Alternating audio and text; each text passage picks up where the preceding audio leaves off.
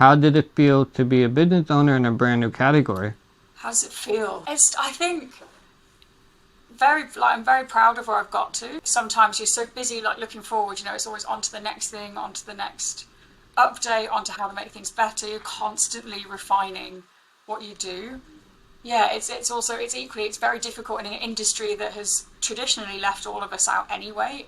I hear no far more often than I hear yes. So it's only been the last couple of years that even the fashion industry and businesses in general will even engage in the disability conversation, because historically they haven't. So it's difficult to be a business owner in a new space, because you have to keep saying the same story over and over again to get them to understand it. And I think there's still, because there is so much segregation, people still don't realize how many of us there are. 20 pounds in Amazon, but then it's like 60 pounds for you. Like, is it worth the convenience for, cheapness?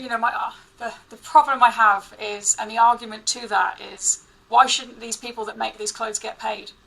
The only way that these clothes can possibly be cheaper is if I used a sweatshop. Mm-hmm. There is no other way to get them any cheaper than they are. I mean, in the UK, a machinist in London is £28.50 an hour. I don't know, about $30 an hour. These clothes, they take time to make. There's humans that touch these clothes at every single point. So, yes, unfortunately, I am called expensive, but I think to get couture level clothing for that price and made to order, it's actually very affordable. But it's just, fast fashion has had such an impact now. But I couldn't. But in 2017, I just decided, right, I have to do something with this idea now. I've had the idea, I can't not do it now. I know about it. And then the pandemic hit. All my freelance clients dried up, and I made masks and sold those for a little while. And then I thought, well, had very frank conversations with my partner and my mum, and said, I'm going to do my best to try and earn money on the side, but this is going to take up more and more of my time. And annoyingly now, actually, I probably have so many demands on my time. It's almost difficult to manage paid work that's not related to Unhidden versus actually making Unhidden work. But that was the point of the investment round, was to get myself a very, very basic salary for a year, so that I don't have to work for anyone else doing lots of different things. So I finally, after 3 years, actually have a salary now, so I can... My hot take is that disabled people say they want X, Y, and Z, but for some reason they won't support with their money and energy. Do you agree or disagree? Oh. Do you know what? I kind of agree. I agree. I think the problem is we don't want to shop somewhere different, right? We want to shop the same places that everybody else does. So I completely understand that. But those places aren't doing it.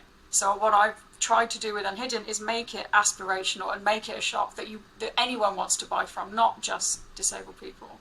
So it's a brand in its own right, because people start t-shirt brands, hoodie brands every other day. There's room for all of us.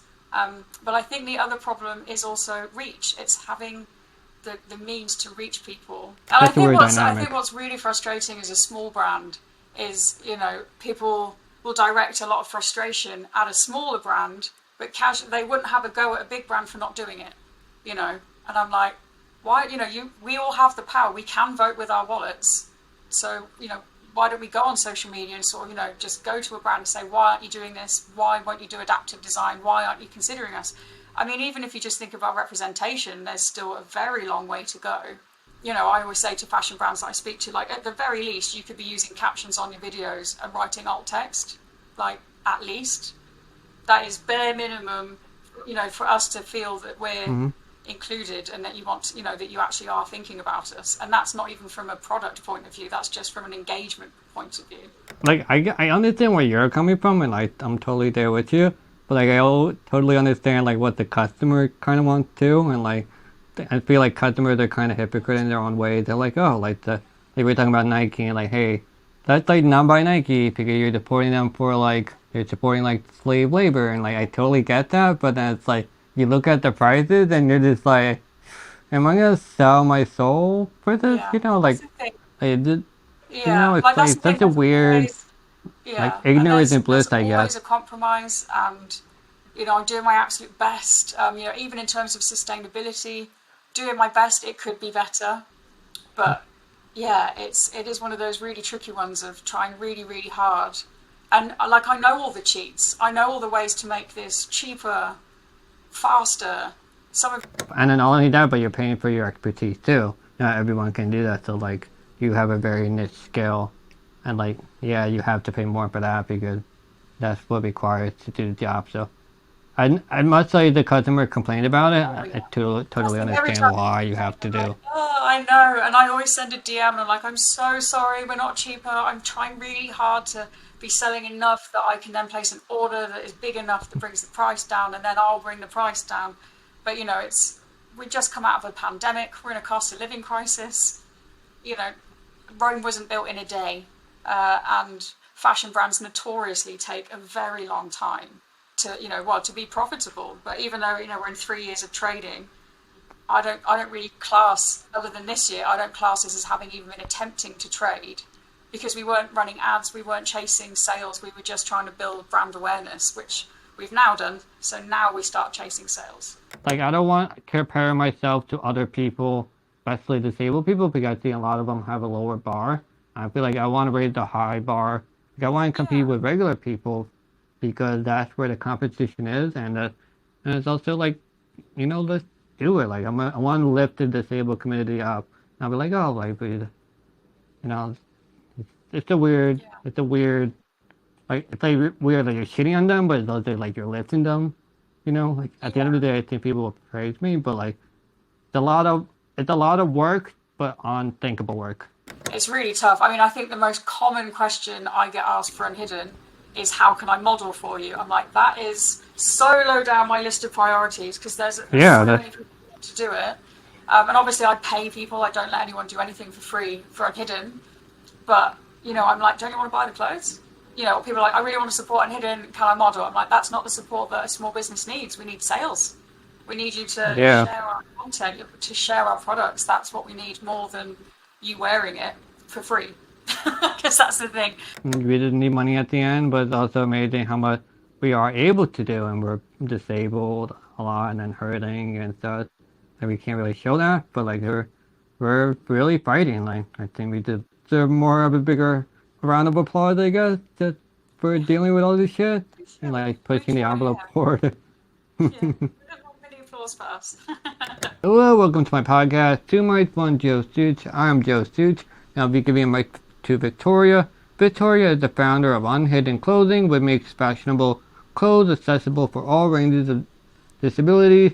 You can find her in the shops, sewing, or on the runway, pushing the boundaries of disabled people in fashion. So I have here, you have a really good heart. I have here, while you were in the hospital getting a bunch of surgeries with a paralyzed stomach, you were watching another woman deal with her stoma and shot. In that moment, all you wanted to do was help that Yeah, lady. yeah, Is that's that right. right? So it was, I mean, I've worked in fashion anyway, and my whole job was garment construction, how things are made, how they fit.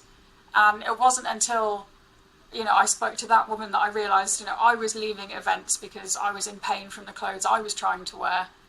So it literally just didn't occur to me, maybe I could make these clothes work for me. It was me still trying to fit my body into clothes, which is the wrong way round, basically. Yeah, I mean, I think that kind of comes to all invention. You just, you can't think of something, but you saw a problem and you're like, hey, I think you had like, before you had like 10 years of experience, and like, hey, like combine my talent to help a need and let's Yeah. see where it goes. Well, I think that was, a lot of what I do now, I still consider it to be a gift, much as I have bad days where I'd rather not have all of my conditions and not live with chronic pain or, reducing mobility.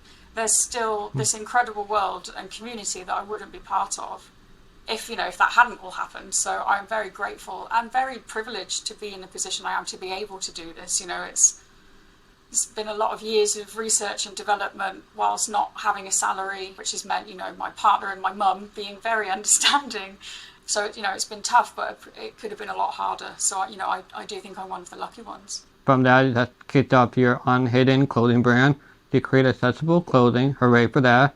So there are two big hurdles in starting an accessible brand: knowledge and money.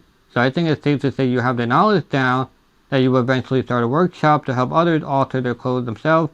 How did it feel to be a business owner in a brand new category? How does it feel? I think I'm very proud of where I've got to. Sometimes you're so busy like looking forward, it's always on to the next thing, on to the next update, on to how to make things better. You're constantly refining what you do. Yeah, it's very difficult in an industry that has traditionally left all of us out anyway. I hear no far more often than I hear yes. So it's only been the last couple of years that even the fashion industry and businesses in general will even engage in the disability conversation, because historically they haven't. So it's difficult to be a business owner in a new space because you have to keep saying the same story over and over again to get them to understand it. And I think there's still, because there is so much segregation, people still don't realise how many of us there are. So you can say, there's a billion of us worldwide, and people are just like, it's so big a number, people just can't conceive that there are that many of us. So that's definitely a challenge. I think that's kind of hard with any kind of business. Like, hey, you have a product that can like help the world or help a niche of people. I mean, our case would be a niche of people, I guess, kind of in a way.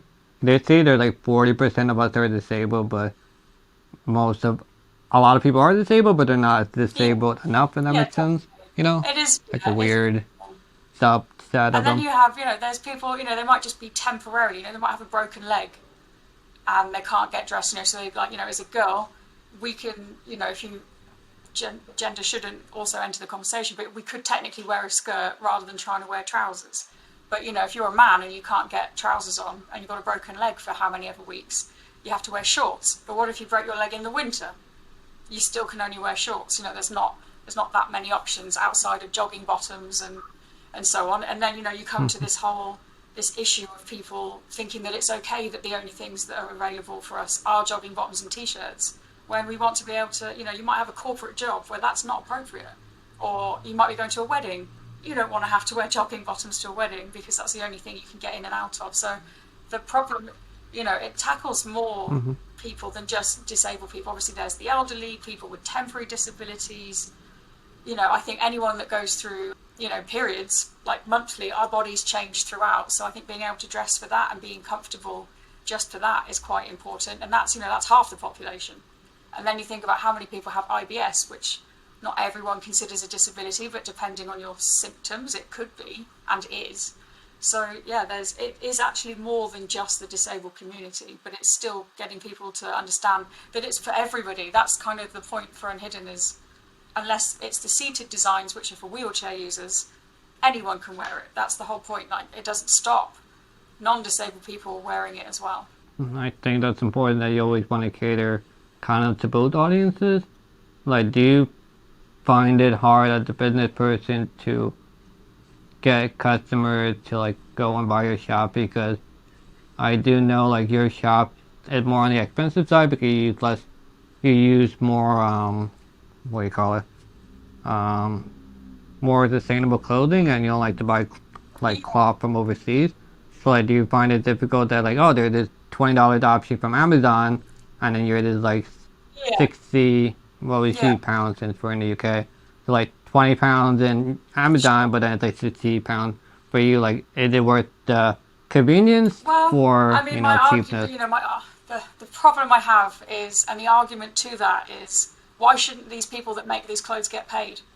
The only way that these clothes can possibly be cheaper is if I used a sweatshop. There is no other way to get them any cheaper than they are. I mean, in the UK, a machinist in London is £28.50 an hour. I don't know, about $30 an hour. These clothes, they take time to make. There's humans that touch these clothes at every single point. So, yes, unfortunately, I am called expensive, but I think to get couture level clothing for that price and made to order, it's actually very affordable. But it's just, fast fashion has had such an impact now. But I couldn't in good conscience use a factory where I know the workers aren't being paid and not being paid what they're worth. So that's the issue I always have. Obviously, it also takes more time. So I've literally just finished my first ever funding round, which is allowing me to buy stock for the first time. That doesn't, unfortunately, at the volumes we're buying, it still doesn't make it any cheaper, because we're just not hitting those minimum order quantities. But it does mean we'll be able to ship faster, because at the moment, we've had delay after delay. There's been supply chain issues globally. There's a shortage of seamstresses. Younger people aren't taking it up. Older people that are good are getting sick, or they've had COVID and they've gone off. Like there is a real shortage of professionals. So there's lots of things impacting the supply chain. So, just making something quick and easy just isn't, it kind of goes against everything that I stand for. I think everyone should be paid for what they're worth. It does mean, therefore, that we have to value that in how we spend our money.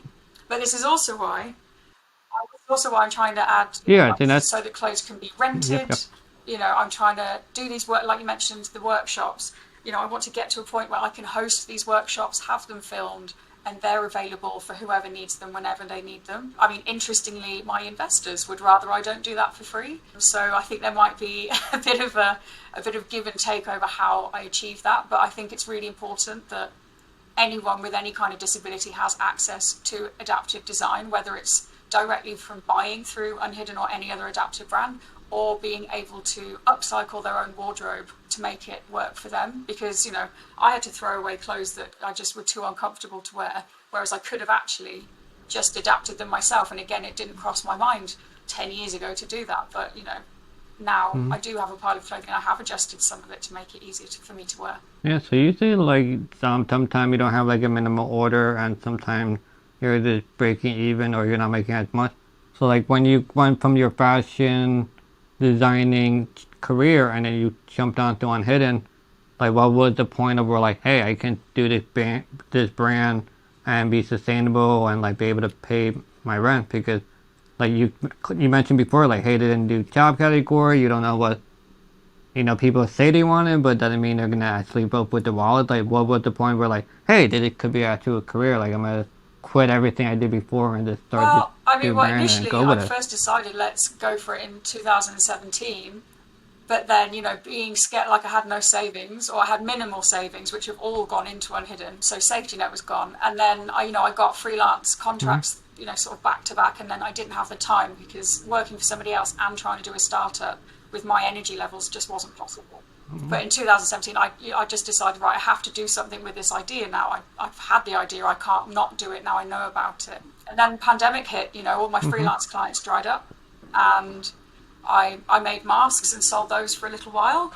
And then I thought, well, had very frank conversations with my partner and my mum, and said, like, I'm going to do my best to try and earn money on the side, but, this is, going to take up more and more of my time. And annoyingly now, actually, I probably have so many demands on my time. It's almost difficult to manage paid work that's not related to Unhidden versus actually making Unhidden work. But that was the point of the investment round, was to get myself a very, very basic salary for a year so that I don't have to work for anyone else doing lots of different things. So I finally, after 3 years, actually have a salary now, so I can focus even more, I would say, rather than having split focus, trying to just, panicking about money and trying to earn money from either speaking or designing for other people. I mean, I can still do that, but yeah, it's difficult trying to manage it all with no income. So basically you were just chasing a dream. You didn't really care about the money. You were just like, hey, let's just see how this works, and fingers crossed I think worked out. It bears out the level of interest now versus 2 years ago. It needed that push and that momentum to get retailers interested, big retailers, because that essentially is where most of the magic's going to happen. Is like Target have an adaptive range now, JCPenney's do, Zappos have one, Zalando has some, QVC are making huge steps in that space. So but they weren't doing this 2 years ago. So I'm at the point now, thankfully, where I can start to join the ranks of these people. But I had to start somewhere, and I didn't start with sales. I started with the need for it. Yeah, so it seemed that maybe you were one of like the pioneers to start the whole movement of disability clothing. No, I wouldn't. I should actually preface that with, I don't think I'm not the first. I think I'm pretty loud in the UK. There are some other brands in the UK, but there's far more in the States. Stephanie Thomas of Curatable has talked about this for well over 10 years. Mindy Shire from Runway of Dreams, she's the one that persuaded Tommy Hilfiger to do adaptive design, which he still does. So, she is awesome. Actually, I've met her in real life. I showed in Runway of Dreams last September, and her son Oliver walked in my show in February this year. So, yeah, big love for Mindy. But yeah, in the UK, we don't have that same hype, but like I do know the other adaptive designers. They're all wonderful, amazing people, and there's a lot of us in this space. I think I've just been very lucky and very driven to not take no for an answer and just relentlessly pitched at people. So, I've managed to make enough noise to be seen. I can see how difficult it is to start any clothing brand just because it is so much competition. Like you're not really only competing with like the big dogs of like, Tommy Hilfiger. Like they just swallow you whole like on a regular Tuesday. But then you're also dealing with all the individual designers too that's trying to make it large. And so like is your goal wanting to be like a big company yourself, or would you rather be in a partnership with a company and become like, I guess, a designer for them? I think actually it's kind of a bit of both. I do believe there is the room and the space for Unhidden to be a global brand. There's not an area of design and product that doesn't need, a stylish option. You look at, water bottles, let's make those more accessible, but make them look nice and not horrid. There we go. And that's a business in itself. So I think there's a lot of space for Unhidden to be a global brand. That is the dream, and to have stores that are fully accessible. All the changing rooms have got hoists, and it looks gorgeous and everyone feels welcome when they're there. That's really important, what I want to achieve in the long run. But then equally, there's a lot of fun in collaborating with other brands. So, I'm collaborating with a swimwear and lingerie brand here in the UK. I know they do ship internationally, but that's really, that's two small independent brands working together, which I think is really beautiful, as well as, I am speaking to, I can't say who, but I am talking to some of the bigger brands as well. So, it's there. I think the appetite is there. And I think because I have a background in fashion and I know how clothes are made and I understand all of that, it's a bit easier for brands that work with me, I think, to take something forward. They haven't got to spend years and years reteaching their whole design team how to do stuff. They can literally bring in a consultant. Like Tracy, there's another adaptive designer, Tracy Volbracht, and I hope I'm saying her last name right. And she has an adaptive consulting business where literally her job is to go in and teach adaptive design to fashion brands. So, there's lots of people doing incredible things in this space. So I don't want to say I'm the only one. I would just say I'm the loudest. I mean, I'm the loudest in the UK. At the time, we probably were like one of the very few that even do it. And even then, like if there was like three others, there's really no competition. They're just kind of competing with each other. But I think it's commendable for you to keep going. Like you say, you didn't make really any money at all, and you just like follow a dream that you kept going. Like it's really commendable. And like I didn't know fashion is like one of the hardest industries to break through. And like now you're here on the other side. Like you had your own show, like your own runway show. You have your own brand that's seemingly doing really well. Like you could be working with a new company. I know you have an announcement, but by the time this episode airs, it'll be already unveiled. But you have announcements, so you definitely have things cooking that, like you're making big strands. So like the question I have for you now is that I kind of have like a hot take here, and you can agree or disagree, then we'll have a discussion. So I have here my hot take is that disabled people say they want X, Y, and Z, but for some reason they won't support with their money and energy. Do you agree or disagree? Oh. Do you know what? I kind of agree. I agree. I think the problem is we don't want to shop somewhere different, right? We want to shop the same places that everybody else does. So I completely understand that, but those places aren't doing it. So what I've tried to do with Unhidden is make it aspirational and make it a shop that anyone wants to buy from, not just disabled people.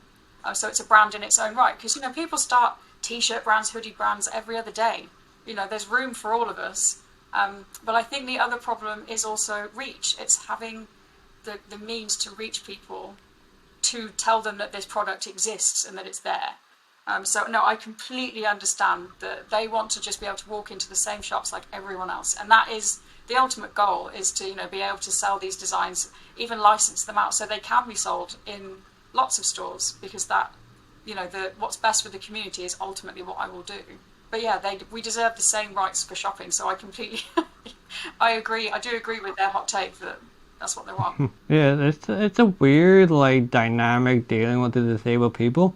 Like most disabled people are like, we're okay with our disabledness, like you're secure about yourself and stuff, that's fine. But like at the same time, like you don't want to go to like a disabled centric area. You want to go where everybody else is. So it's like, what do you do? Like I think that's why the partnership is really important, because no one wants to go shop at Unhidden, but they would love to go to Tommy Hilfiger because it's all blended together. It's like no one would Yeah. even know that you're disabled, or it's like, oh, part of the same family. Yeah, It's and just a weird I dynamic. think what's really frustrating as a small brand is, people will direct a lot of frustration at a smaller brand, but they wouldn't have a go at a big brand for not doing it, And I'm like, why? We all have the power. We can vote with our wallets. So, why don't we go on social media and sort of, just go to a brand and say, why aren't you doing this? Why won't you do adaptive design? Why aren't you considering us? I mean, even if you just think about representation, there's still a very long way to go. I always say to fashion brands that I speak to, like, at the very least, you could be using captions on your videos and writing alt text, like, at least. That is bare minimum, for us to feel that we're included and that you want, that you actually are thinking about us. And that's not even from a product point of view, that's just from an engagement point of view. But yeah, I think that how angry people have got at me, and I've, been accused of exploiting because of the pricing, and I'm like, well, I don't want to exploit other people who I fully believe deserve to be paid for their skills. I'm like, but why don't you go and tell Nike this? Or actually, maybe don't say Nike. Any other big brand, why don't you go and have a go at that? Why not go and have a go at that big brand that very definitely is using sweatshop workers?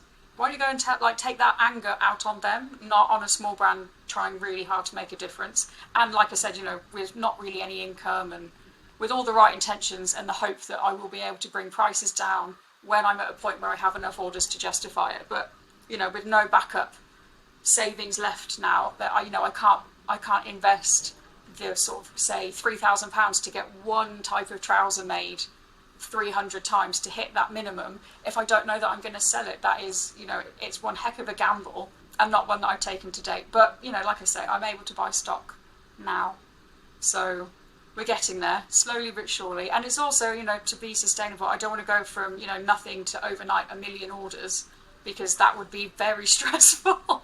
But I think that, the capacity is there to grow, hopefully. I mean, obviously I believe in it, so.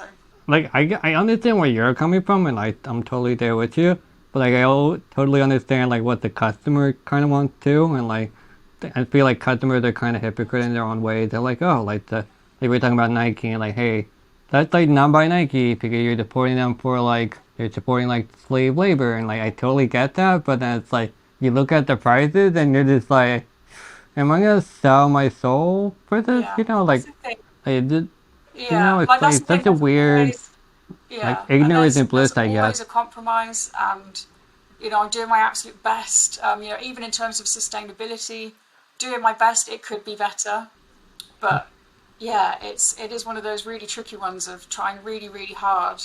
And like, I know all the cheats. I know all the ways to make this cheaper, faster. Some of it takes more money that I don't have. Some of it takes having completely no morals. But I don't think the way forward for new brands is to start off exploiting other people for profit. And that's what garment professionals are having around the world, is they are exploited. And I don't think we, as a marginalised group, I don't think we should encourage that kind of behaviour. I know we all want things cheaper, but it doesn't last as long. It's not designed for us. So why do we want it cheaper? Do we want to keep buying clothes that don't fit, don't work, and fall apart after a couple of wears? Like, I don't think we should keep doing that either. So it's amazing how fast we've got used to fast fashion. But now it's sort of trying to come back out of that and say, well, things shouldn't be that cheap because somebody somewhere is still paying for it, and it's usually the person making the product. Yeah, it's really hard to do because like, we could all just not have fast fashion, but it's like, I don't think people will want to vote with their wallet. Like, they just rather buy. Like I think that people would sell more. Let's say a shirt is $20, they would sell 5 shirts for $100. I think they would make more money that way versus one shirt for $100. And it's like it's either quantity versus quality, and more people rather sell more quantity, because I'm like, there's something with the price with like a bar graph or something, like, hey, this is like I'm going back to my economics class, I guess, now that I totally failed. Like, like the yeah, I think it's supply and demand, and there's like a mark of like, hey, did it the right number and the right prices? Like I'm sure these large companies have like these huge classes and like study groups of like, hey, what's the best price of what? Like why are some prices 1995 versus 1999? Why can't it be an even like no dollar, no pennies and stuff? I think we should get rid Yeah. of all the pennies. Like it should be like one, no decimals, Yeah, just I agree. one It's price. silly, but I think I that's mean, how it that's should why I be. don't do that. But I think, that again, that's a psychology, that's a human behavior method, because you'll pay, if something is like $1.50, you'll pay it rather than $2 because it's that kind of, it's a bit less, or like $1.99. You're like, oh, well, it's not quite $2. Yeah. Like it's literally, this is how we've all been manipulated by these pricing, sort of brackets, and that the amount of psychology and sort of research that goes into how and why we buy things, and that data is sold to fashion companies, so they know to hit, make a t-shirt £5.78. You're more likely to buy that than you are a £6 t-shirt. It is a ridiculous difference in cost, but it is more like we're more likely to buy. So that's why they do that. But yeah, I don't like doing that. I also don't believe in going on sale, which again makes marketing it very difficult, because if I could sell this stuff for cheaper, I'd just sell it cheaper. So I don't believe in going on sale, so I've never gone on sale. hmm I think we both have to take a psychology class to help us out. Like maybe it's people like I think coal. I don't know if you do you know what coal Yeah, is? yeah, I we don't don't know if have that's a calls UK here, but thing or yeah, not. yeah, So yeah, so I know coal did this thing where they had like everything was on sale. Like there was no sales at all and anything, and there was a huge uproar in like the community. Like they didn't like that. So they like the psychology thing of like they want a sale because then they feel like I think I noticed a lot with Amazon actually. They'll say there's a sale, but in reality, all they did was market. raise the price, and then the Yeah, sale was the price they originally sold it for, and it's like, and then like to the customer, like, oh, there's a sale, like I should buy now because it can go higher, but in yeah, reality, the price hasn't exactly. changed. They just, right? I guess we gotta take Exactly. The advantage of only our way that I could stupidity. go on sale is, yeah, if I inflated the price to then mark it down, and then you're constantly, it's just, or you'll never sell it at anything apart from the marked down price. So then that becomes actually what it costs and what you make. And I just really want to try and stop that habit. It's very difficult to persuade people to do that as a small brand that very few people have heard of. So I'm trying to do everything a bit differently. Well, I say differently, how things used to be done. So like slightly less capitalist and slightly less, sort of trying to trick a consumer into buying through any means possible is sort of, I'm trying not to do that, but it does make enticing new customers in very difficult. Not impossible, but very difficult. Yeah, but then also you can include the shipping. Like, do you include the shipping within the purchase price, or do you put it outside? Because a lot of people will not buy something, but like, oh, you have to pay for shipping, and they're like, no, I don't want to buy that. But if shipping is free, they're more likely to buy something more because like, hey, like we're just gonna, yeah, it's free. Like, why not? Let's just keep it Yeah, going. that's the thing. It's a vicious circle, and I mean everyone loves getting a bargain. I love getting a bargain, but I think when it comes to obviously this and to Unhidden, I just can't do it. We haven't got the profit margin to discount, and I can't make the prices any higher, even though the cost of materials and labour tends to go up, not down. I still don't want to pass that on to the consumer. Yeah, I mean, I think that's the difficult part about your niche is that it does require manual labor to do anything because everything is specifically modified. You can buy like 100 pants and call it a day. Like you have to actually go through each one and then not only that, but you're paying for your expertise too. Not everyone can do that. So like you have a very niche skill, and like yeah, you have to pay more for that because that's what requires to do the job. So I must say the customer complained about it. Oh I yeah. totally Every understand time why you they have to complain, I'm like, do. oh, I know, and I always send a DM, and I'm like, I'm so sorry, we're not cheaper. I'm trying really hard to be selling enough that I can then place an order that is big enough that brings the price down, and then I'll bring the price down. But it's we just come out of a pandemic. We're in a cost of living crisis. You know, Rome wasn't built in a day, and fashion brands notoriously take a very long time to to be profitable. But even though we're in 3 years of trading, I don't really class, other than this year, I don't class this as having even been attempting to trade, because we weren't running ads, we weren't chasing sales, we were just trying to build brand awareness, which we've now done. So now we start chasing sales. So now's the point where we start proving the concept. Best of luck to you. Like, do you have any advice for me starting my when I'm starting my own company? You know, like, what do you do? Giving advice when you're not, you know, in profit in your own company. I think networking and the power of networking, and you know, I met you through social media. I think that is a tool and a skill that people don't. I didn't think about. You know, when I started Unhidden, I didn't realise how much of my time was going to be devoted to speaking to people that might be able to help, to being in networking, like online or in person. But then, you know, the weirdest connection can mean the difference between success and failure. You know, I was in a field at Glastonbury with someone who's now a small investor who introduced me to someone at Selfridges, who introduced me to someone at Kurt Geiger, where I now have an office and they let me have my show here. And that was all from a conversation in a field. You know, like business can happen anywhere, but I think actually sharing your passion and doing that, you know, sort of freely, people will buy into, people believe in people, and I think that's why networking is really important. But you can do it online as well. So networking, I would say, is my top tip. Yeah, that's kind of the reason why I keep doing the podcast episode, because I get to talk to people. Because I mean, like, we can follow each other, but I feel like it doesn't really make any connection in any sense either. Yeah.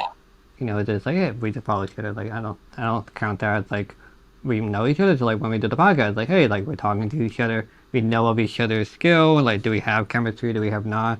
It also gives us a chance to like express our needs and wants and skills and weaknesses, and maybe like we can both like come together and like, hey, I can help you in this, but I'm horrible at this. Like maybe we can like lift each other a little bit, something like that. Me, you know, what about XYZ mobility? I'd be like, hey, I know this great person, off you go, you know, because we do have people from, you know, around the world that engage on Unhidden's page and on mine, which is separate. But I always like to signpost to other brands, especially ones that are doing something really clever, really different. I'm sure we'll now end up doing a spotlight on you on Unhidden's page, because I like to do that for, you know, we've all got to support each other at the end of the day. We're all trying. Maybe we'll become sponsors of each other. You never know. That's the other thing that I hope for with Unhidden, is that I do get to a point where I can sponsor either younger designers coming up or, you know, existing brands, you know, partnerships. I really would love to be able to do that. So fingers crossed. And, you know, I'd like to be able to provide scholarships. There's another brand in the UK that has got a scholarship for Western, which is amazing. But, you know, I'd love to have a network of that. And actually, Kurt Geiger, the brand that I basically live in now, like they've got a kindness foundation. They're going to be training people from underrepresented groups into the creative industry, like not just design, but across the board. And that is an amazing example of a household brand in the UK giving back. And I'd really, you know, it's one of those, I'd love to be able to do that one day. Speaking of networking, and I want to get your take on it. I mean, I'm gonna have a business and it hasn't started yet, so I can't really say for sure. And no one will take me seriously if I just have an idea. Everyone has ideas, and it's like it's different when you have an actual business. Do you find like a lot of people are almost like useless to you in a way, and not really like useless, like they can't help you, but like more like they don't. I wouldn't say they don't want to help you, but they can't help you because they're not really like in that mind state. Like they don't understand like how to run a business and such. Like they think too good-heartedly and they don't think realistically. Yeah, I think there are definitely people who want to help and for whatever reason can't, or don't want to, just flat out don't want to. I think you can have an idea and still launch, and all you do is talk about the idea and share that journey of why you've had the idea, what you want to do, and, you know, go along as you are. I mean, when I look back to, I was joking today to the person that now works with me on social media, like the first iteration of Unhidden's Instagram account looked totally different to how it looks now. And, you know, that's why you can archive, you can rebrand. I think, yeah, like, and the people that can't help you, you know, at least you told them that idea, and they might, months later, down the line, suddenly be in a position to help, but they'll remember that you told them, and they will still want to, you know, they'll want to come back and help. So I definitely used to think oh, I can't tell anyone my idea because someone's going to steal it. And then, especially with what I do, I'm like, but isn't it great if someone does? Because what we need is adaptive fashion, and it doesn't matter who does it. And also, there is room for everybody. Like, there is room for everyone to have an idea and a business and make money from it. But it does take that leap of faith. I mean, I think my idea is a little different because I have to get a patent on it. A lot of times I wanted the company to just steal everything and then I'm just useless. So that is a bit Because, harder. And actually, yeah, like I've had an idea for a trim that would need patenting as well. So totally get it. So from that perspective, I think you can still talk about the benefits of the thing that you've created without mhm. telling people what it is. But then, That's hard. it's really hard. Or you go down that road of finding people that have got patents, asking for their feedback, maybe having a non-disclosure agreement, something in place that protects both of you. You can still register it for IP protection without Hmm. having a patent. So there are Yeah. things that you can do to protect your idea so that no one else can copy it. I think the other thing that people forget as well actually is having a domain name and at least registering that, buying a domain name. Because I had to buy unhidden.com off someone in Australia who decided it was worth $10,000. Uh-oh. I've Hold on. stopped. Sorry. It stopped. I don't know why.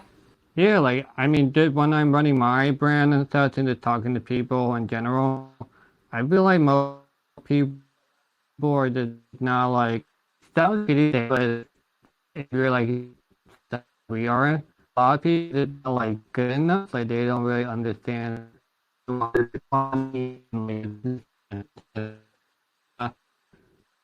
and we're selling perfected and like all of that and then it's like and then executing and now when you run the business like do you have the infrastructure and shit can come different ways and I feel like most people are not at our caliber of able to do things and like you I mean I'm sure you rather talk to someone that's like had a business or in a business versus someone that's like oh I just have this idea but I'm never gonna execute it because I don't want to take a chance and stuff so it's like I feel like I'm like a higher caliber than most people. So like when I'm doing my business, I I'm generally on my own with every single thing. Like I am creating the website. I'm gonna do that on my own. I'm making sure that it's accessible for the blind. Like I don't have to do it, but I want to because for one, I think we're in a disabled chronic ill community, so I feel like that's important.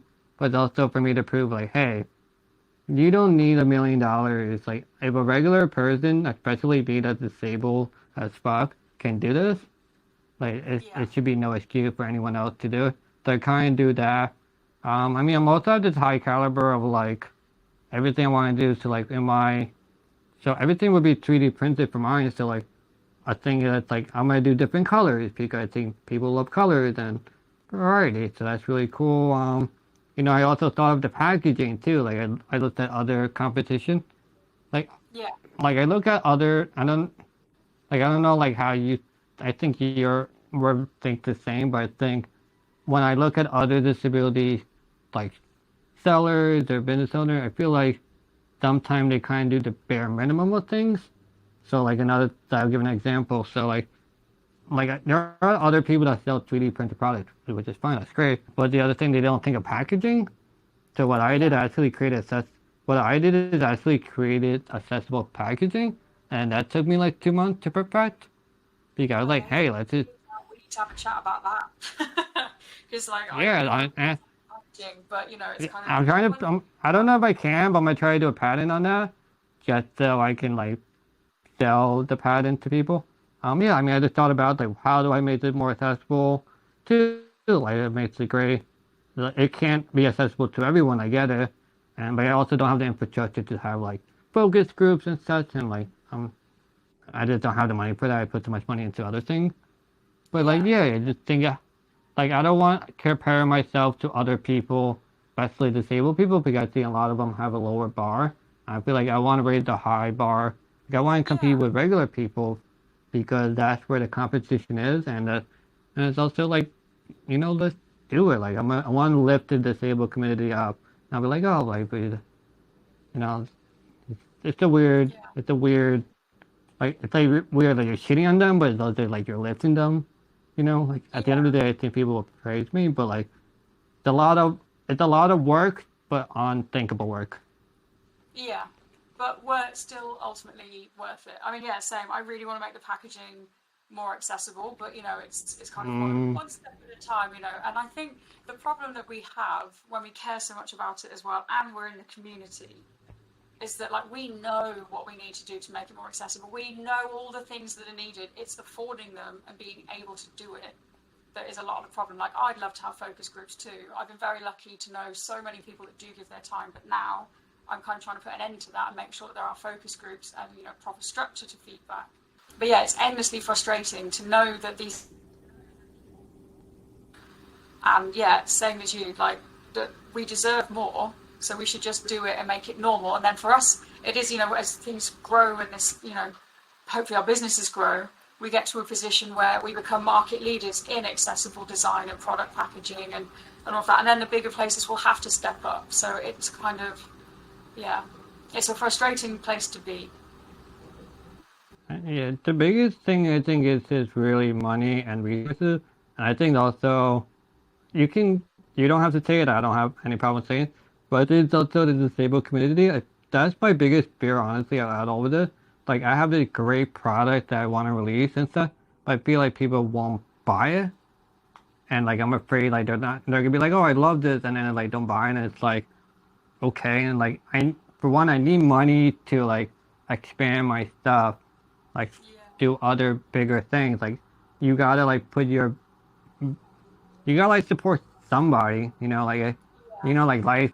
But like that's the biggest thing is like they don't want to support other people. And I'm not gonna like make myself that like I'm this saint guy that like support other creators too. But like I try to like so I'll give an example like Runway with Dreams. Like they're like the very few pioneers in the disabled community, and I'm just like